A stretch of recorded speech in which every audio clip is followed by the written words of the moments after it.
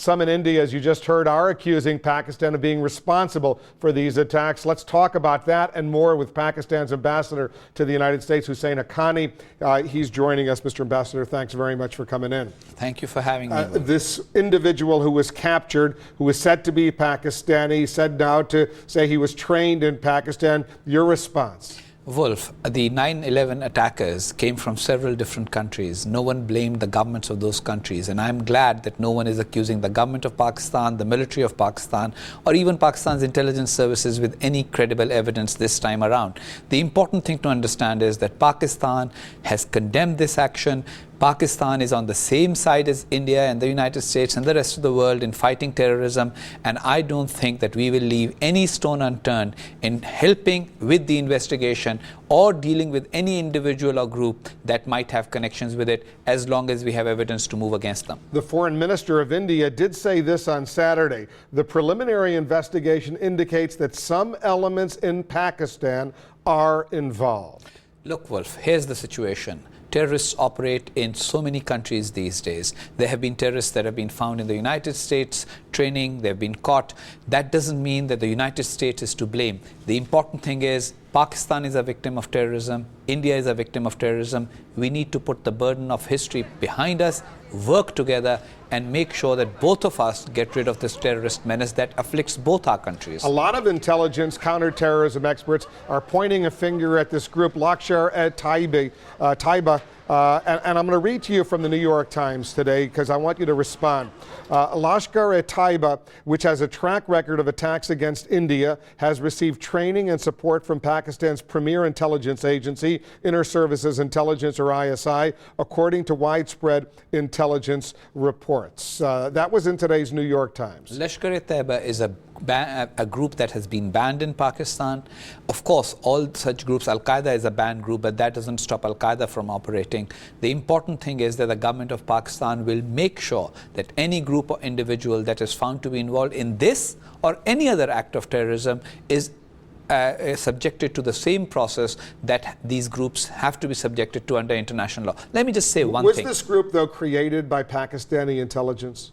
Well, there's no way for me to know who created it, but we do know that it existed in Pakistan and operated in Pakistan until it was banned in 2001. It was basically created to fight the Indians in Kashmir, the disputed territory between India and Pakistan. Look, Wolf, we must understand what are the targets of the terrorists right now. Why did they go to Mumbai? They wanted to target India's democracy, they wanted to weaken Pakistan's fledgling democracy, and they wanted to harm India-Pakistan ties.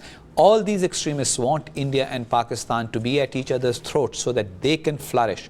I think India and Pakistan should be very cautious not to let terrorists flourish. President Asif Zardari, Prime Minister Gilani, everybody in Pakistan has made it very clear.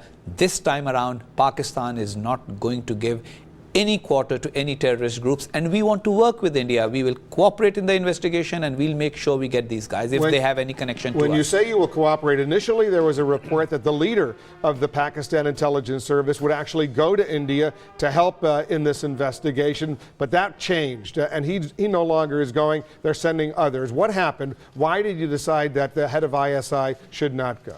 Well, it has to do with the circumstances and the fact that the investigation is at a very preliminary stage. You go to the highest level when you have the preliminary situation under control. But it would have been a nice gesture to reassure the people of India that Pakistan was fully cooperating. Gesture-wise, the President of Pakistan has called the Indian Prime Minister. The Prime Minister of Pakistan has spoken to Indian leaders. He has spoken to the Indian Prime Minister.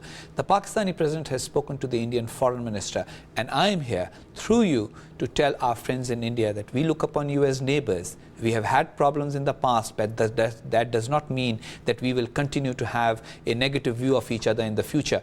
India and Pakistan need to work together. We are both victims of terrorism. We need to fight terrorism. And if there has been, look, Pakistan has pointed the finger at India in the past about terrorist acts in Pakistan. This is not the time to bring those allegations back again. Are you moving troops from the western part of Pakistan near Afghanistan and the tribal areas over there to the eastern part where India is? Wolf, there is no movement of troops as of now. However, if there is any troop buildup on our eastern border, we will certainly have to take defensive positions, and unfortunately that may mean bringing troops from the western border. We don't want it, we know India doesn't want it, and we know that the international community doesn't want it. The US, Pakistan, Afghanistan, India, the international community, we are all in it together. Are you seeing any evidence that the Indians are moving troops to their border with Pakistan? I have heard the same things that you have heard. There is no evidence of any troop buildup along the Pakistani border. There's just been rhetoric, but I would just say that this is time to tone down the rhetoric, pay attention to the intelligence failures, make sure that our intelligence cooperation improves globally, and terrorism is dealt with as an international menace. Here's my problem with the coverage of the last few days. There's too much focus on the India-Pakistan dimension of this issue, very little focus on the international terrorism dimension. Terrorism is an international problem. We all need to work together to eliminate it. As you know, though, there are a lot of people who are deeply concerned, including here in the United States, that both India and Pakistan are nuclear powers. They've gone to war over Kashmir over these many years on a few occasions, and tensions could ratchet up. There could be miscalculations on both sides. It's important to avoid miscalculations. It's important not to ratchet up tensions. It is important to understand that this is an opportunity for India and Pakistan to work together. This is an opportunity for us to take care of the burden of history and make sure that, notwithstanding what our problems have been in the past, notwithstanding what our disagreements are, we agree on fighting terrorism.